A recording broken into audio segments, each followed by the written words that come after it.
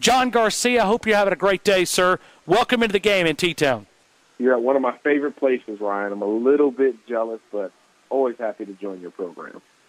Hey, Destin is incredible. I'm telling you, I've been to Jamaica, I've been to Aruba, I've been to all these exotic places out in the Caribbean on a cruise ship, and I've they call it so-called #1 beach in the world or whatever.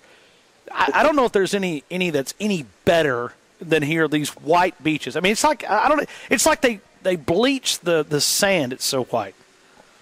Yeah, I grew up in South Florida. My family's all Caribbean. All my blood's Caribbean. That's Atlantic water. It's a little bit colder. When you get to the Gulf, man, it's completely different. And I'm all in on the Gulf. So anywhere in that stretch works for me. And obviously, Destin is phenomenal. So enjoy it if you can. All right, so we got a lot of questions here, John. So you just got to be patient with us, okay? Because we don't follow the way that you follow recruiting, okay? And a lot of these are centered around what Nick Saban said, and then also Layne Hatcher. Let's go back. Last Friday, when you hear that Layne Hatcher is flipping from Arkansas State to Alabama and will be a part of the 2018 class, what were your thoughts? First, I said who, and then I said how. If we're talking 2018. So obviously we spent some time looking back, and Hank South at Bama Online helped us out a ton.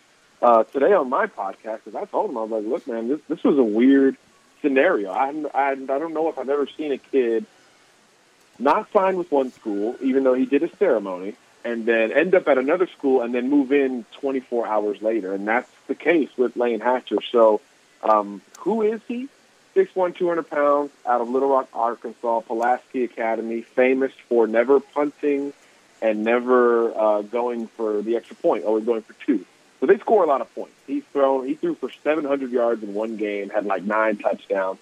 The kid is a playmaker by trade. That school has produced a lot of good prospects, and he's been the catalyst on that offense for the last few years. So that alone, obviously, pretty impressive, but you just wonder what happened with his recruitment. Maybe he's not the tallest, biggest, most athletic guy in the world, but as Nick Saban said today, you watch the tape and he's pretty accurate. The decisions are solid. A lot of people look at numbers and say, okay, well, he had so much production. It's not that simple. It's not just, throw this bubble screen and the guy takes it 60 yards. You got to get to progression too, get to that third read at different points. So the more you're doing it and the more reps you take, like Hatcher had, obviously the more experience you have with something like that and the better prepared you are to continue to do it. So they've been a spread team, throw it all over the yard team for a long time. So in terms of experience at the high school level, I mean, none of these guys on the current roster, Jalen Hurts, Tua Tagovailoa, certainly not Mac Jones, have anywhere near the throwing experience on Friday nights that Layne Hatcher does. So that kind of puts it into some kind of perspective. If that's your fourth guy, if that's the guy who was supposed to be a walk-on, it's really a good gamble for Nick Saban and Alabama. He's always talking about 4 scholarship quarterbacks, so this was your way to accomplish it without anything too crazy. He was going to walk on at Alabama or stick with Arkansas State, and according to Layne and his father, who I'm told is pretty credible, Alabama called him Friday and said, hey, instead of a preferred walk-on where you got to wait a few more weeks to enroll, why don't you take a scholarship offer and move in, tomorrow? And that's obviously what has happened. And as far as I know, Hatcher's there, enrolled, and participated in workouts today. So things can change very quickly in recruiting. The whole recruiting is fluid phrase is really never more evident, like with this Layne Hatcher situation. But just like everybody, I was completely taken off guard with this. So we're talking to John Garcia. We're talking about Layne Hatcher here. And, okay, so help me understand, because you said a little bit there. One of the big questions that I'm hearing is, let's talk about a gray shirt. Is there any scholarship papers that are signed? I mean, is this young man just sitting out there? There's no commitment from the school or him that they can get out of? I mean, these gray shirt offers, maybe I just don't completely understand them financial side as far as the agreements. There's nothing, is this just all verbal? There's nothing handwritten on these gray shirt offers, quote, quote?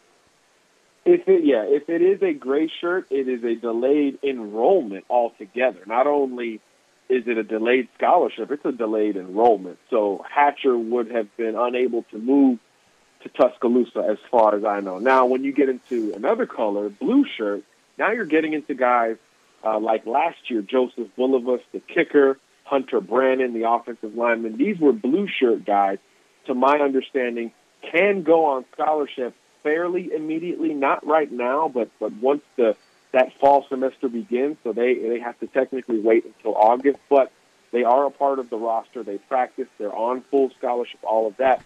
But there's an eligibility question with blue shirts. To my understanding, they're unable to play in year one, although they're on scholarship. So think of a red shirt guy who already knows that's the scenario. To my understanding, that's what the blue shirt is. But the gray shirt is delayed everything, enrollment, scholarship, the whole nine.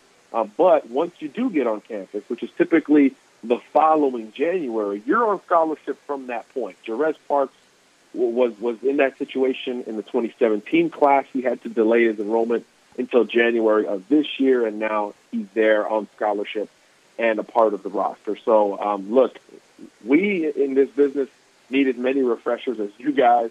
We don't have all the answers here, but as far as we know, if Hatcher's enrolled and participating, it's not a gray shirt scenario. Perhaps it could be a walk-on scenario, and he could eventually earn a full scholarship, but there's a gray area there that everyone's still trying to figure out. But if Nick Saban commented on Layne today, which I believe he did, he did. That makes me think it's more of a traditional scholarship situation than anything else, because he's enrolled, he's a student at the University of Alabama, which is obviously the only grounds to talk about a kid, unless his letter of intent is signed and faxed in. But why would you have to sign a letter of intent if you're enrolling 24 hours after you're committing? What's the point? So there's some technical gray area potentially there, but if Nick was commenting on the kid, I'd count him as a scholarship quarterback right now for the 2018 season. All right. Am I reading too much into this? Because Alabama traveled through 2017 with 3 scholarship quarterbacks, right? Jalen Hurts, Tua Tagovailoa, Mac Jones. They were getting ready to travel through 2018 with 3 quarterbacks. Am I reading too much into that they felt the need, knowing how many times have you and I talked about Paul Tyson and Talia Tagovailoa for 2019? They've already got their quarterbacks locked up for 2019. Why is Nick Saban feeling the need to go out and sign a 4th quarterback going into the 2018 season? Yeah, and we didn't even mention walk-on guys. You know, Braxton Barker, Jay Barker's son, is a walk-on in this class. So in terms of bodies, there's another fresh body there at that position. Now, I think it's pretty clear, Ryan. Nick won't say it publicly. He probably won't even say it privately if he believes in jinxes. This is a move, that is, I would say, borderline desperate. It's a move that is an extra layer of preparation for what a lot of people feel is the inevitable, either Jalen Hurts or Tua Tagovailoa eventually moving on, perhaps before the season or even during the season, like we saw with Blake Barnett. None of those things should be ruled out, and I think that is the true core of why you bring in a 4th guy. Like you said, it was 3 scholarship quarterbacks last year, but there was not even a hint of talk at this point about any one of those guys leaving. 2 were true freshmen, Tua and Mac Jones, and obviously Jalen Hurts was coming off of an SEC Player of the Year freshman season himself.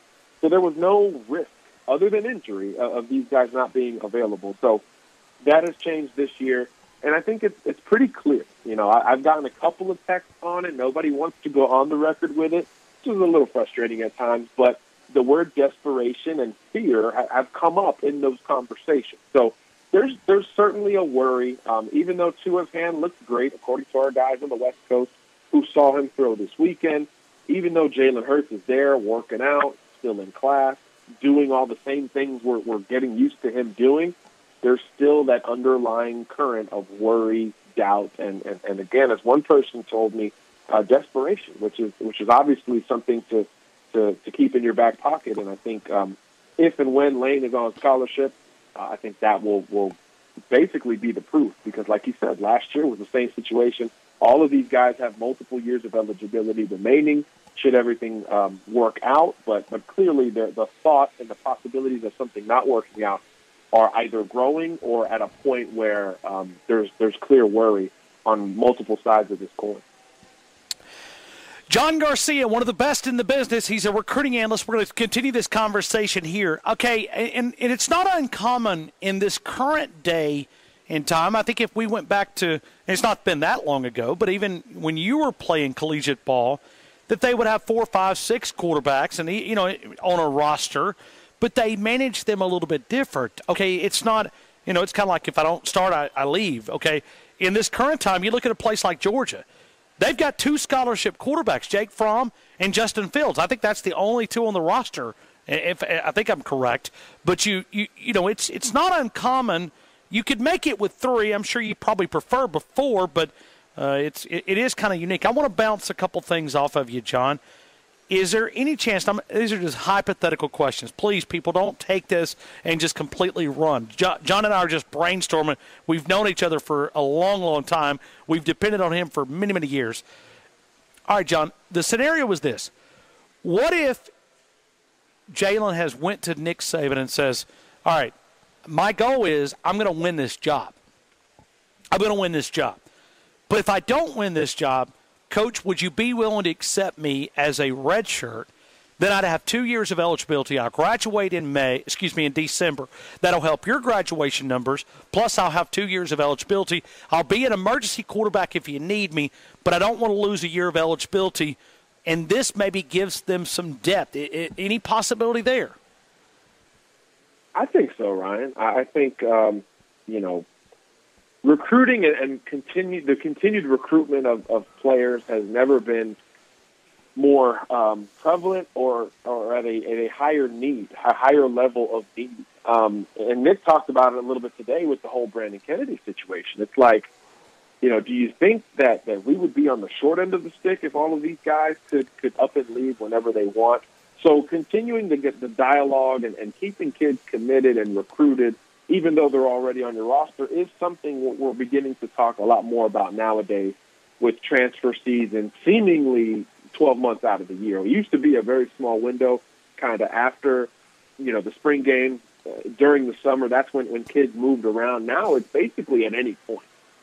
So all of that is becoming more important. So I don't want to call it a deal, but some kind of understanding between each side when something is very apparent, like this Jalen Hurts thing with his father, who, again, previously had said nothing about the kid since the day he enrolled at Alabama. I had a pretty good relationship with Averian Hurts. He did not want to speak for Jalen during the good times or the bad times, and I want to make that clear. So to think that something could be underlying and going on behind the scenes between these two would actually make some sense. I think it was convenient for Alabama that Mac Jones not only played a lot during the spring, but had a successful spring as far as we can tell, and has made some strides from his rookie year, his freshman year on campus. I don't think it's out of the question. I think it's unlikely in general just because of Jalen's side. I get it. I get your hypothetical from Nick's side. I really do. But from Jalen's side, I don't see it with him. Now, with his father and other people at work here and thinking of the true possibilities, maybe. But just purely from Jalen, I think it's, at this point, hard to believe that he's already had that conversation. If it's to happen, I think it would be somewhere in August where everybody on that roster in those rooms, they know, hey, it's Tua's 100%. Tua's race 100%. Then maybe I could see a conversation like that happening. But to think it's happened now from Jalen's perspective is a little tough for me. But overall, and especially from Nick, I think it does make sense, especially with this seemingly spur-of-the-moment addition on Friday of Mr. Hatcher. John, I just can't wrap my head around it. I mean, let's go back here. And if you've addressed this, I didn't hear you say this. I mean, I'm just looking for answers. And you know how media, we brainstorm. And I mean, we're this like a public brainstorm. But let me throw this out there. What if it's not for Jalen Hurts? What if Mac Jones says, you know what? Guys, I just don't see me playing in Tuscaloosa. I mean, you got Tua, you got Paul Tyson, you got Talia, I got Jalen. I mean, I'm not trying to make something up, but Mac Jones showed me something in the spring. I was impressed with that young man, and because I didn't think I didn't see it initially in him, but I think he showed me that we can trust him if that's the backup quarterback. Is there any chance that we're throwing that out there? I mean, any chance maybe that could be a possibility? That one would surprise me even more. Okay. Okay. I'm just asking. Only because of where he was as a recruit coming into it. Look, first of all, let me say this: Mac Jones, as competitive of a kid as there is out there, this isn't a kid who said, "I'm going to go to Alabama, sit the bench, party it up, win a couple of rings, and maybe throw a few passes in between." That was never his plan. But at the same time, when he committed to Lane Kiffin, which was a big part of his recruitment, flipping from Kentucky, it was about a developmental plan for the end of his time in college. It was never about playing day one. Jalen Hurts was about to go on this crazy run as a freshman right after Mac Jones committed, and he never wavered. He understood, okay, that's the guy, and me and Tua are going to be there after at some point. And there was a little bit of a back and forth between he and Tua in high school, at least from a competitive standpoint. So it was never a yielding scenario. However, as far as I know with the family and with Mac himself, having talked to him, he was extremely comfortable with the plan, especially in the middle of year one, once he actually arrived on campus. So that could have changed some. But there's so many moving parts in that quarterback room, in theory, Ryan, that I would be hard-pressed to think at this point he's ready to bail. But I know for a 100% certainty that he's confident in his own abilities. He's always been very confident, maybe even overconfident in his own abilities.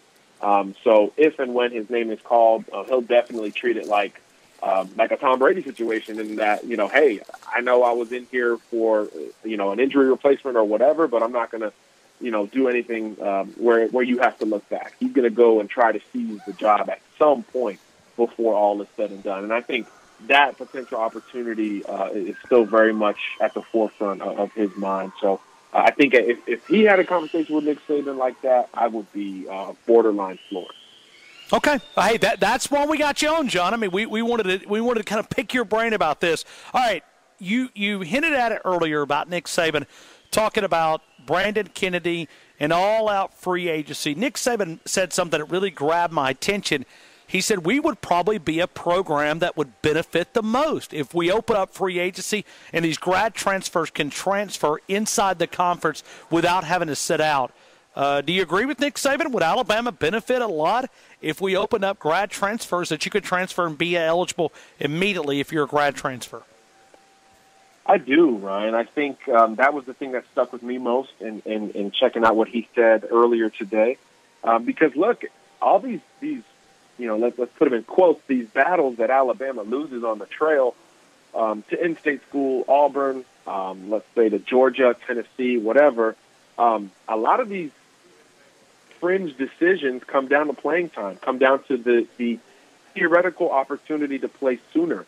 And kids are upfront about that more times than not. A kid today told me that was his number one decision-making criteria. That's still an important part of the process. So if you're a very good player who Alabama wants at running back, and you look, a year ago and see all of these other running backs on the roster, and you see that they just got Najee Harris, and you're looking at Florida where, it's a couple of solid backs, but nothing that even, a borderline confident kid can't overcome, you're going to go to Florida if that's your number one criteria. Now, all of a sudden, Bo Scarborough has a down year. Let's say Damian Harris leaves. Let's say there's a transfer or something, and now there's opportunity at that position. Why wouldn't you say, you know what, I had a great relationship with those coaches. The only thing keeping me from that team was the depth chart, and now that depth chart is dramatically different. Why wouldn't you want to go back and play for Alabama if you were already highly considering that? And then on the other side of it, what if you were a guy who just, at the high school level, wasn't an Alabama type of prospect, but later on you proved that, you know what, they missed that evaluation, like maybe a Darius Philon, maybe a guy like Zach Cunningham, the linebacker from Vanderbilt, who were state of Alabama guys who went elsewhere and really exploded and exceeded all expectations. Now, year 2, year 3, you can say, you know what, we dropped the ball on you. come back home and play for a ring, and we could use you. You'll play. Now all of a sudden you get those guys who aren't holding a grudge against Alabama, and you get those guys to come back home for a couple of years. So really, no matter how you look at it, I think it would really benefit Alabama more than it would hurt it, because one of the things they really try to do in filtering out recruits is finding the kids who love competition. And that's why you're seeing transfers later in their career. You're not seeing a lot of Blake Barnett who are up and out, 12 to 18 months into their Alabama careers. They're typically kids who have already graduated, because at the time that they joined the program, they were willing to compete. They were willing to take their lumps. They were willing to do what they had to do, like a Najee Harris, to get on the field, even though there were so many guys ahead of him on the depth chart. Alabama really tries to find out what kind of a competitive edge a kid has before they bring him in. So those back-end transfers are usually just kids who, it wasn't going to work out, and you got a degree in your hand, which I think should be rewarded. But you don't see guys leaving early on like you do at some other programs in the SEC. So now that door would open up for Alabama to snatch most of those kids. I think they'd be turning away kids should that interconference free agency idea be furthered. John Garcia _Jr. there. John Garcia, national recruiting analyst, 24/7 Sports. He also does a weekly, actually a couple times a week, Tuesday and Thursday, Crimson and Blue Chips podcast that he dropped today, where a lot of these discussions are happening. You can go to iTunes and subscribe, and you'll get that update from Crimson and Blue Chips, the podcast there with 24/7 Sports. John Garcia, anything else I need to add about the wonderful Crimson and Blue Chips podcast? No. And folks, I did not ask Ryan for that. He's just a very, very kind gentleman. No, that was perfect. Subscribe if you can. We had Blair Angulo on talking about watching Tua. He says the arm looks good. He says the arm looks better than ever. And he had a really lofty comparison when looking at Talia at the same stage. You may want to check that out. But it's funny we're talking so much about quarterbacks, because looking forward, as you said, Ryan, things look pretty good. Hey, it's awesome. Hey, John, I appreciate you, man. You've been a part of our show for, I guess, 6 or 7 years. And, hey, I've just said, hey, listen, hashtag Ask John, man, because these people call up, and they're wonderful fans, but I don't know these answers. I mean, and you follow it daily, and I appreciate you allowing us to lean on your expertise. Thank you, John Garcia. Thanks for having me on, Ryan. Enjoy the week.